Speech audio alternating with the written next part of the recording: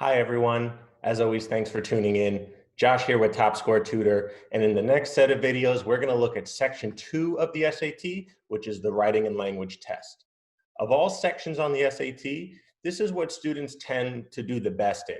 So make sure you give it your best effort, get the highest score you possibly can, learn all the concepts and the rules so you can make up for any other areas of the SAT that you might be lacking.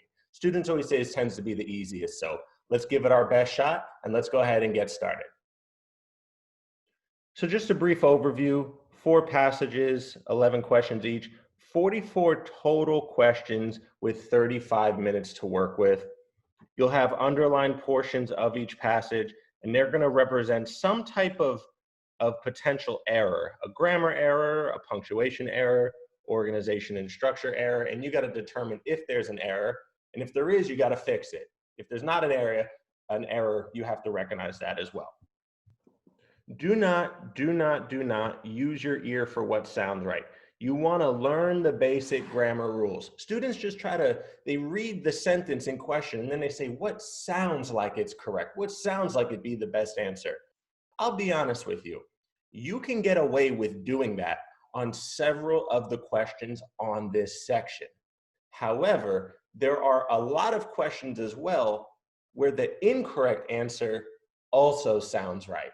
And if you knew the grammar rules, if you knew the punctuation rules or the other concepts I'm going to teach you, the incorrect answer is clearly incorrect, even though it sounds right. So yeah, you'll get a few questions right doing that, but you can get so many more questions right by knowing the rules and the concepts. So don't get lazy on this section. We want to do the best we possibly can.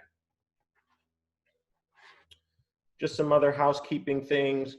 Don't read the entire passage first. You want to read each sentence until the number of the first question. Answer that and then read to the next underlined portion. Stop there, attempt it, and then keep going. It's not reading comprehension. You're not reading the whole passage at once.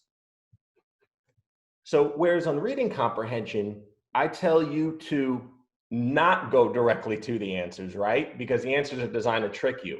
Well, the opposite is true on section 2 of writing and language. You want to rely on the answers, the answer choices, to tell you what's being tested.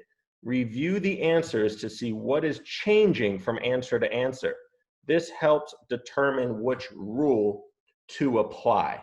So let's look at some examples. I'm going to go to practice test 3, section 2, and we're going to work from there. So look at number 14. Don't worry about what the question actually says, even though there's not even a question prompt. I just want you to notice what is changing from answer choice to answer choice. Go ahead and look at it. Figure out what's changing from answer choice to answer choice. You have a colon in choice B, a semicolon in choice C, a comma in choice D. That's the clear difference between each answer choice. Colon, semicolon, comma, what are those all examples of? Punctuation. So 14 is testing punctuation. So after I teach you the concepts on punctuation, now you know what rule needs to be applied to solve this question. Then you go to question 15, right? Take a look at number 15. What's changing from answer choice to answer choice in question number 15? You have were, was, were.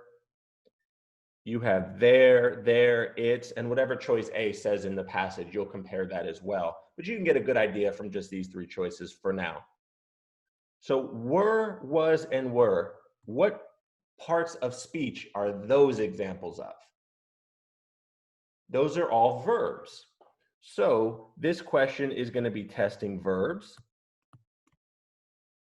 How about there and its? What parts of speech are those examples of? Pronouns. So this question is testing verbs and pronouns. So after I teach you those grammar rules, you're going to apply it to answer question 15.